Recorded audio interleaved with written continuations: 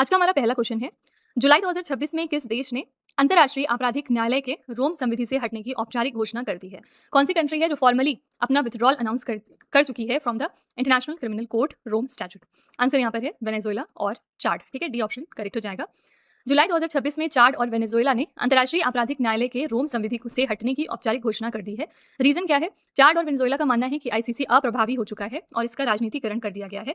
कुछ और अन्य अफ्रीकी देश हैं जिन्होंने अलग होने की घोषणा की थी। चाड से पहले 3 अन्य देश थे, बुर्किना फासो, माली और नाइजर। इन्होंने भी रोम संविधि से अलग होने की घोषणा की थी। तो रोम संविधि के अनुच्छेद 127 के अनुसार किसी देश की वापसी की घोषणा औपचारिक सूचना दिए जाने के 1 वर्ष बाद प्रभावी होती है। ठीक है, तो करेक्ट आंसर यहाँ पर है डी ऑप्शन वेनेजुएला और चाड। ओके, यहाँ पर हमने बात करी है अंतर्राष्ट्रीय आपराधिक न्यायालय की, तो इसके बारे में थोड़े से फैक्ट्स देखते हैं। अंतर्राष्ट्रीय आपराधिक न्यायालय विश्व का पहला स्थायी अंतर्राष्ट्रीय आपराधिक न्यायालय है। ये रोम संविधि नामक एक अंतर्राष्ट्रीय संधि द्वारा शासित किया जाता है। स्थापना हुई थी 2002 में। मुख्यालय है नीदरलैंड्स के हेग में। अध्यक्ष यहाँ पर कौन है? जापान के तोमोको अकाने। इसमें कुल 125 सदस्य देश हैं। हालिया सदस्य कौन है? मलेशिया ने इसको ज्वाइन किया 2019 में, और यूक्रेन सबसे लेटेस्ट इसका मेंबर है, 2025 में इसने ज्वाइन किया था। ठीक है, तो ये पूरा आपका स्टैटिक फैक्ट हो गया अंतर्राष्ट्रीय आपराधिक न्यायालय के बारे में।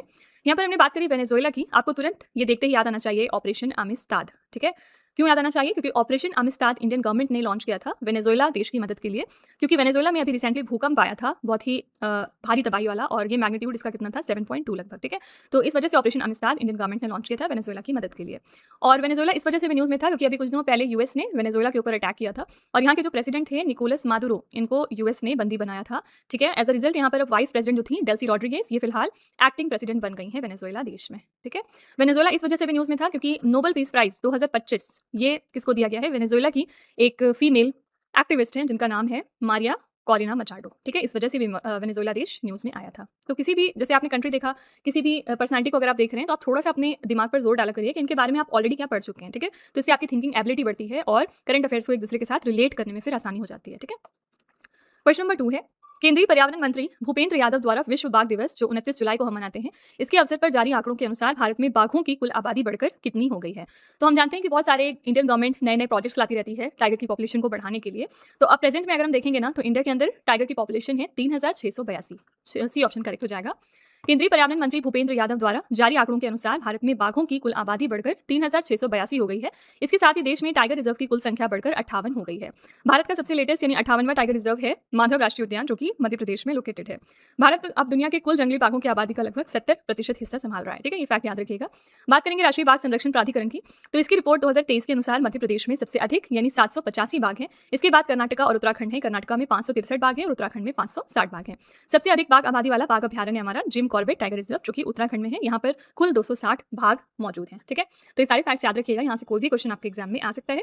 आंसर यहाँ पर सी ऑप्शन 3682। ठीक है, इसी तरह से मध्य प्रदेश का एक और पार्क है जो बहुत ज्यादा चर्चे में रहता है, और इसका नाम है कूनो नेशनल पार्क। ये क्यों न्यूज़ में रहता है? क्योंकि हम जो चीताज बाहर से ला रहे हैं ना, बाहर से, जैसे बोत्सवाना से हम लेकर आए थे, नाइजीरिया से लेकर आए थे, इन चीतों को हम क्वारंटाइन के बाद इसी कूनो नेशनल पार्क में रख रहे हैं। ठीक है, तो इस वजह से ये नेशनल पार्क अक्सर ही चर्चे में रहता है। इसकी लोकेशन बस याद रखिएगा, ये कहाँ पर है? ये मध्य प्रदेश में है। ठीक है, क्वेश्चन नंबर 3 है, भारत का पहला टेलीकॉम मैन्युफैक्चरिंग जोन कहाँ बनाया जाएगा? कोई भी चीज देश में पहली बार होगी तो वो इंपॉर्टेंट है, तो ये हमारा पहला टेलीकॉम मैन्युफैक्चरिंग जोन है। इसको हम डेवलप कर रहे हैं मध्य प्रदेश के ग्वालियर में। बी ऑप्शन करेक्ट है। भारत का पहला telecom manufacturing zone Madhya Pradesh के ग्वालियर में बनाया जाएगा। ये प्रोजेक्ट लगभग 350 एकड़ क्षेत्र में फैला होगा, और इसके पहले चरण के लिए केंद्र सरकार ने 493 करोड़ रुपए की मंजूरी दी है। यहाँ पर mobile phone, fibre optic, semiconductor और 5G व 6G तकनीक से जुड़े उपकरणों का निर्माण होगा। ठीक है, क्या होता है टेलीकॉम मैन्युफैक्चरिंग जोन? तो ये एक ऐसा विशेष और समर्पित औद्योगिक क्षेत्र है जहाँ केवल दूर संचार क्षेत्र से जुड़े उपकरणों, चिप्स और तकनीकों का निर्माण व अनुसंधान किया जाता है। ठीक है, तो ये हमारे देश का पहला टेलीकॉम मैन्युफैक्चरिंग जोन है जो ग्वालियर में स्टैब्लिश हो रहा है। ऑप्शन में यहाँ पर उत्तर प्रदेश भी है। ये देखते ही आपको तुरंत याद आना चाहिए कि रिसेंटली हमारी यहाँ से एक यूनेस्को वर्ल्ड हेरिटेज साइट सामने आई है, और ये हमारी 45वीं नंबर की वर्ल्ड हेरिटेज साइट है यूनेस्को में। इसका नाम क्या है? इसका नाम है सारनाथ। ठीक है, सारनाथ कहाँ पर है? वाराणसी में लोकेटेड है। तो ये 45th नंबर की हमारी वर्ल्ड हेरिटेज साइट है। क्वेश्चन नंबर 4 है, जुलाई 2026 में किस राज्य सरकार ने ग्रामीण महिलाओं को सौर ऊर्जा क्षेत्र में उद्यमी बनाने के लिए द्वितीय योजना की शुरुआत की है? द्वितीय योजना को लॉन्च किया था छत्तीसगढ़ ने। बी ऑप्शन यहाँ पर करेक्ट है। जुलाई 2026 में छत्तीसगढ़ सरकार ने ग्रामीण महिलाओं को सौर ऊर्जा क्षेत्र में उद्यमी बनाने के लिए द्वितीय योजना की शुरुआत की। द्वितीय का फुल फॉर्म क्या है? Decentralised women empowerment on energy and policy for transformative inclusion. इसके साथ ही छत्तीसगढ़ महिला नेतृत्व वाली वितरित नवीकरणीय ऊर्जा नीति अपनाने वाला भारत का पहला राज्य बन गया। ये फैक्ट जरूर याद रखिएगा। ठीक है, इसके तहत महिला स्वयं सहायता समूहों की सदस्यों को विशेष तकनीकी प्रशिक्षण दिया जा रहा है, जिन्हें सोलर दीदी के रूप में पहचान मिली है, और ये महिलाएं गाँव में सोलर वेंडर, टेक्नीशियन और प्रबंधक के रूप में काम करेंगी। ठीक है, तो आंसर यहाँ पर बी ऑप्शन छत्तीसगढ़। इसी तरह से कुछ दिनों पहले हमने देखा था कि महाराष्ट्र पहला राज्य बन गया है पूरे इंडिया का जिन्होंने एक डेडिकेटेड पॉलिसी लॉन्च करी है हमारी वुमेन फार्मर्स के लिए। ठीक है, तो आपसे एग्जाम में पूछ सकते हैं कि कौन सा देश कौन सा राज्य पहला है जिन्होंने लॉ पास कर दिया है हमारी वुमेन फार्मर्स के लिए, तो ये है महाराष्ट्र। ठीक है, इसी के साथ याद रखिएगा 2026 को यूनाइटेड नेशंस ने डिक्लेयर किया था as the international year of women farmer. Okay, question number 5 है 7 से लेकर 10 अक्टूबर 2026 तक नई दिल्ली में आयोजित होने वाले 10वें इंडिया मोबाइल कांग्रेस 2026 के लिए थीम क्या रखी गई। ये 10th एडिशन था इंडिया मोबाइल कांग्रेस का, जो नई दिल्ली में ऑर्गेनाइज होगा 7 से लेकर 10 अक्टूबर तक। इसके लिए हमने थीम रखी है सीमाओं के बिना विस्तार, यानी स्केल विदाउट बाउंड्रीज। ठीक है, तो केंद्रीय संचार मंत्री ज्योतिरादित्य सिंधिया ने नई दिल्ली में 10वें इंडिया मोबाइल कांग्रेस 2026 की मुख्य थीम का अनावरण किया। थीम है सीमाओं के बिना विस्तार। ये इवेंट होगा नई दिल्ली के यशोभूमि में और इसके आयोजक कौन है? दूरसंचार विभाग और cellular operators association of India. India mobile Congress का 10वां एडिशन 4 स्ट्रेटेजिक पिलर से बना है: सृष्टि, सुरक्षा, सशक्त और संवर्धन। ठीक है, तो यहाँ पर करेक्ट आंसर है डी ऑप्शन, सीमाओं के बिना विस्तार। इस साल की शुरुआत में नई दिल्ली में एक कौन सा इंपॉर्टेंट इवेंट हुआ था? ये था एआई इम्पैक्ट समिट। याद रखिएगा 2026 में एआई इम्पैक्ट समिट के लिए होस्ट कंट्री थी इंडिया, और अगले साल ये इवेंट 2027 में कौन सी कंट्री होस्ट करेगी? तो स्विट्जरलैंड। ठीक है, स्विट्जरलैंड के जेनेवा में ये इवेंट होगा। ठीक है, क्वेश्चन नंबर 6 है जुलाई 2026 में किस राज्य या फिर केंद्र शासित प्रदेश की सरकार ने महिलाओं को 2500 रुपए की मासिक सहायता देने के लिए लक्ष्मी योजना की मंजूरी दे दी है? लक्ष्मी योजना रिसेंटली पास हो गया है दिल्ली में, बी ऑप्शन करेक्ट है। जुलाई 2026 में दिल्ली सरकार ने महिलाओं को 2500 रुपए की मासिक वित्तीय सहायता प्रदान करने के लिए दिल्ली लक्ष्मी योजना को मंजूरी दे दी, और इसका मुख्य उद्देश्य है दिल्ली की गरीब और मध्यम वर्गीय महिलाओं को आर्थिक रूप से आत्मनिर्भर और सशक्त बनाना। ठीक है, तो करेक्ट आंसर यहाँ पर बी ऑप्शन दिल्ली। दिल्ली पिछले दिनों अपने परिवर्तन स्कीम की वजह से भी न्यूज में था। ठीक है, इसका फुल फॉर्म क्या था इसके अंदर, वो सब हम ऑलरेडी पीछे बात कर चुके हैं अपने पुराने सेशंस में। अगर आप इनके बारे में डिटेलिंग जानना चाहते हैं तो आप हमारे पुराने लेक्चर्स को रेफर करिएगा। बाय द वे, ये जो परिवर्तन स्कीम है ना, इसका पर्पस क्या था? जो भी हमारा कमर्शियल व्हीकल है दिल्ली में उसको मॉडर्न बनाना, ताकि पोल्यूशन कम हो सके। ठीक है, क्वेश्चन नंबर 7 है जुलाई 2026 में भारतीय नौसेना ने समुद्री रक्षा को मजबूत करने के लिए 7वां anti submarine warfare shallow watercraft launch किया। क्या नाम है इसका? आपको ये बताना है। इसका नाम है मछलीपट्टनम। ठीक है, सी ऑप्शन यहाँ पर करेक्ट हो जाएगा। तो जुलाई 2026 में भारतीय नौसेना द्वारा लॉन्च किए गए 7वें anti submarine warfare shallow watercraft का नाम मछलीपट्टनम रखा गया। इसके निर्माण करता है कोचीन शिपयार्ड लिमिटेड, और इसे कोचीन शिपयार्ड लिमिटेड ने 29 जुलाई 2026 को लॉन्च किया। ये माहे श्रेणी के तहत बनाया गया 7वां पोत है, और नामकरण का आधार क्या है? तो इसका नाम आंध्र प्रदेश के ऐतिहासिक बंदरगाह शहर मछलीपट्टनम के नाम पर रखा गया। ठीक है, क्या होते हैं ये anti submarine warfare shallow watercraft? तो ये तटीय और उथले पानी के क्षेत्रों में दुश्मन की पनडुब्बियों का पता लगाने, उनका पीछा करने और उन्हें नष्ट करने के लिए बनाए गए विशेष छोटे युद्धपोत होते हैं। ठीक है, तो आंसर यहाँ पर है सी ऑप्शन, मछलीपट्टनम। पिछले दिनों हमने आईएनएस मालवन के बारे में बात की थी, ये भी चर्चे में था। ये सेकंड शिप है हमारी माहे क्लास की। ठीक है, और ये भी एक तरह की anti submarine warfare shallow watercraft है। खास बात क्या है, इसमें जो मटेरियल यूज हुआ है इसको बनाने में, शिप को, उसमें 80% इंडिजिनस कंटेंट है, यानी इंडिया के अंदर इसको 80% तैयार किया गया। ठीक है, अभी रिसेंटली इसको कमीशन किया गया था, कहाँ से? कर्नाटका से, और इसको बनाया किसने है? कोचीन शिपयार्ड लिमिटेड ने। सारे फैक्ट्स याद रखिएगा आईएनएस मालवन के बारे में भी। ठीक है, क्वेश्चन नंबर 8 है स्कॉटलैंड के ग्लासगो में आयोजित कॉमनवेल्थ गेम्स 2026 में पुरुषों की 100 मीटर T47 पैरा ट्रैक स्पर्धा में स्वर्ण पदक जीतने वाले पहले भारतीय पुरुष पैरा एथलीट कौन बन गए हैं? इनका नाम है Dilip Mahadu Gavit. D option correct है। दिलीप महादू गावित राष्ट्रमंडल खेलों के इतिहास में पैरा ट्रैक स्पर्धा में स्वर्ण पदक जीतने वाले पहले भारतीय पुरुष पैरा एथलीट बन चुके हैं। इन्होंने इस रेस को मात्र 10.71 सेकंड में पूरा करके एक नया कॉमनवेल्थ गेम्स रिकॉर्ड बना दिया है। भारत के ही मोहम्मद बासिल मोरसिंगना काथी ने 10.83 सेकंड का समय लेकर इसके पहले रजत पदक जीता है। ठीक है, तो भारतीय लॉन्ग जंपर मुरली श्रीशंकर ने राष्ट्रमंडल खेल 2026 में पुरुषों की लंबी कूद स्पर्धा में 8.9 मीटर की छलांग लगाकर रजत पदक जीता है। तो ये सारे जो हमारे प्लेयर्स हैं ना, इनको लिख लीजिएगा आप एक नोट में, और इनके स्पोर्ट का नाम भी लिख लीजिएगा कि ये किस स्पोर्ट से रिलेटेड है। ऐसे क्वेश्चन एग्जाम में पूछे जाते हैं क्योंकि। ठीक है, और इस साल जो हमारा ये कॉमनवेल्थ गेम्स हो रहा है स्कॉटलैंड के ग्लासगो शहर में, यहाँ पर अभी रिसेंटली हमारी वेट लिफ्टर मीराबाई चानू भी न्यूज में आई थी। किस वजह से? मीराबाई चानू ने एक नया रिकॉर्ड सेट किया है। इन्होंने देश के लिए पहला गोल्ड मेडल जीत लिया है women's 48 kg weight lifting event में। ठीक है, इस वजह से न्यूज में आ गई थी, ये भी फैक्ट याद रखिएगा। क्वेश्चन नंबर 9 है जुलाई 2026 में संसद में जारी आंकड़ों के अनुसार वित्त वर्ष 2025 और 26 में भारत का कुल निर्यात कितने अमेरिकी डॉलर के रिकॉर्ड स्तर पर पहुंच गया है? तो भारत का यहाँ पर जो टोटल एक्सपोर्ट है ना, उसकी वैल्यू पहुंच चुकी है $863.1 बिलियन। ये ऑप्शन करेक्ट है। वित्त वर्ष 2025 और 26 में भारत का कुल निर्यात रिकॉर्ड $863.1 बिलियन रहा है, जिसमें से वस्तु निर्यात था $441.8 बिलियन और सेवा निर्यात था $421.3 बिलियन। इसमें मुक्त व्यापार समझौतों के साझेदार देशों का माल निर्यात में 40.5% हिस्सा रहा है। वित्त वर्ष 2025 और 26 के दौरान भारत का सबसे अधिक वस्तु निर्यात आसियान देशों और इसके बाद संयुक्त अरब अमीरात को हुआ है। ठीक है, आसियान देशों को हमने $38.42 अरब सेंड किए हैं और यूएई को $37.36 अरब। ओके, तो यहाँ पर करेक्ट आंसर था ए ऑप्शन।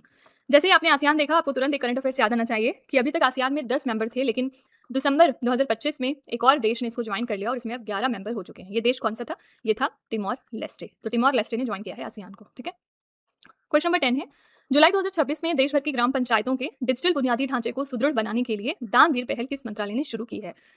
दानवीर पहल की शुरुआत की है पंचायती राज मंत्रालय ने। बी ऑप्शन करेक्ट है। तो जुलाई 2026 में देश भर की ग्राम पंचायतों के डिजिटल बुनियादी ढांचे को मजबूत करने के लिए दानवीर पहल पंचायती राज मंत्रालय द्वारा शुरू की गई।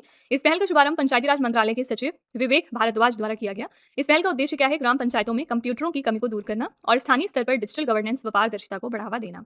तो ये मेरी पंचायत ऐप के माध्यम से संचालित होती है, जो डिजी हार्ट मार्केट प्लेस और राष्ट्रीय सूचना विज्ञान केंद्र के साथ जुड़ी हुई है। ठीक है, तो यहाँ पर करेक्ट आंसर हो जाएगा बी ऑप्शन, पंचायती राज मंत्रालय। याद रखिएगा, हमारे मिनिस्टर कौन है पंचायती राज के? ये है मिस्टर राजीव रंजन सिंह, जिनको हम ललन सिंह के नाम से भी जानते हैं। ठीक है, क्वेश्चन नंबर 11 है, ट्रैक्सन द्वारा जारी रिपोर्ट के अनुसार भारत के किस निजी अंतरिक्ष स्टार्टअप ने जुलाई 2026 तक सर्वाधिक स्पेस स्टार्टअप फंडिंग हासिल की है? तो ये है स्काईरूट एरोस्पेस, जो आजकल बहुत चर्चे में बनी हुई है। ट्रैक्सन की रिपोर्ट के अनुसार जुलाई 2026 तक स्काईरूट एरोस्पेस ने सर्वाधिक $150 मिलियन की स्पेस स्टार्टअप्स फंडिंग हासिल की है। इसके साथ ही स्काईरूट एरोस्पेस भारत की पहली स्पेस टेक यूनिकॉर्न कंपनी भी बन गई है। और इस रिपोर्ट के अनुसार भारतीय निजी स्पेस टेक इकोसिस्टम ने जुलाई 2026 तक 241 फंडिंग राउंड के माध्यम से कुल $871 मिलियन जुटाए हैं।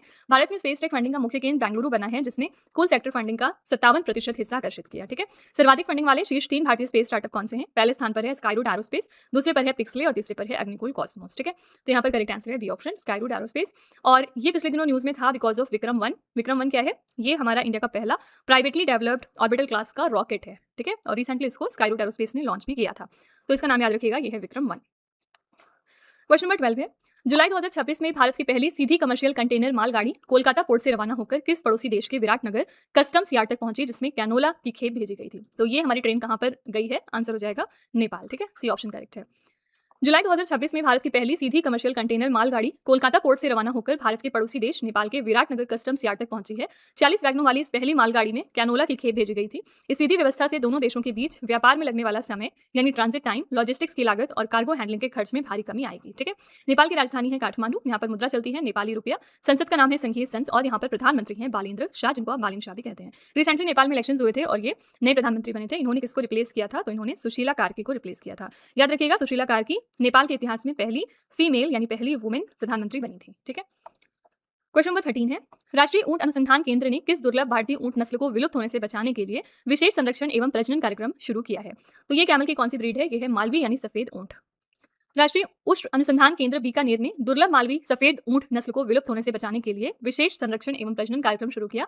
देश में संकटग्रस्त नस्ल के केवल 102 ऊंट ही अब बचे हैं। इस विशिष्ट नस्ल को इसके विशेष सफेद रंग के कारण व्हाइट कैमल भी कहा जाता है। ये नस्ल मुख्य रूप से मध्य प्रदेश के मालवा क्षेत्र और राजस्थान के कुछ हिस्सों में पाया जाता है। ठीक है, तो करेक्ट आंसर है डी ऑप्शन, मालवी ऊंट। क्वेश्चन नंबर 14 है, जुलाई 2026 में राष्ट्रपति द्रौपदी मुर्मू ने राष्ट्रपति पद के 4 साल पूरे होने के उपलक्ष्य में राष्ट्रपति भवन से किस नई पहल की शुरुआत कर दी है? तो ये 4 पहल हैं। पहला है ई ऑडियो गाइड, दूसरा है ई उपहार पोर्टल, तीसरा है राही बस सेवा और चौथा है बचपन बाल परिसर। तो ई ऑप्शन करेक्ट हो जाएगा। राष्ट्रपति मुर्मू ने 25 जुलाई 2022 को भारत के 15वें राष्ट्रपति के तौर पर शपथ ली और देश के पहले आदिवासी राष्ट्रपति बनकर इतिहास रचा था। जुलाई 2026 में अपने कार्यकाल के 4 साल पूरे होने पर राष्ट्रपति मुर्मू ने ई ऑडियो गाइड, ई उपहार, बचपन बाल परिसर और मुफ्त इलेक्ट्रिक बस सेवा, Rahi, net zero energy strategy service block जैसी कई जन केंद्रित पहलों की शुरुआत की है। मुख्य उद्देश्य क्या है इन पहलों का? राष्ट्रपति भवन को आम जनता के अधिक करीब लाना, इसे पर्यावरण अनुकूल बनाना और देश की सांस्कृतिक विरासत को डिजिटल रूप से बढ़ावा देना। ठीक है, तो आंसर है यहाँ पर ई ऑप्शन, उपरोक्त सभी। अभी रिसेंटली हमारी प्रेसिडेंट 3 कंट्रीज की विजिट पर भी गई थी। कौन कौन से देश थे ये? पहला है यहाँ पर मोल्डोवा, दूसरा देश था नॉर्थ मैसेडोनिया, ठीक है, और तीसरा कौन सा देश था? इसका नाम है रोमानिया। इन तीनों कंट्रीज की विजिट पर गई थी हमारी president Droupadi Murmu. Question number 15 है, 29 जुलाई 2026 को संत शिरोमणि गुरु रविदास महाराज जी की 650वीं जयंती के उपलक्ष्य में समरसता संकल्प अभियान कहां से शुरू किया गया? इसकी शुरुआत हुई है वाराणसी से। संत शिरोमणि गुरु रविदास महाराज जी की 650वीं जयंती के उपलक्ष्य में समरसता संकल्प अभियान की शुरुआत काशी से की गई। ये राष्ट्रव्यापी अभियान 29 जुलाई 2026 को उनकी जन्मस्थली काशी से प्रारंभ हुआ है, जो 20 फरवरी 2027 तक चलेगा। मुख्य उद्देश्य क्या है? गुरु रविदास के समता, सामाजिक न्याय, समानता और मानवता के संदेश को जन जन तक पहुंचाना। और संत शिरोमणि गुरु रविदास जी भारत के भक्ति आंदोलन के एक महान संत, दार्शनिक, कवि और समाज सुधारक थे। 14वीं से 15वीं शताब्दी के बीच इनका जन्म हुआ था उत्तर प्रदेश के वाराणसी में। ठीक है, तो आंसर यहाँ पर था सी ऑप्शन, वाराणसी। तो फ्रेंड्स, ये थे आज के हमारे most important 15 current affairs. I really hope कि आपको ये हमारा सेशन पसंद आया होगा और आप जरूर कुछ ना कुछ नया सीख कर ही जा रहे होंगे।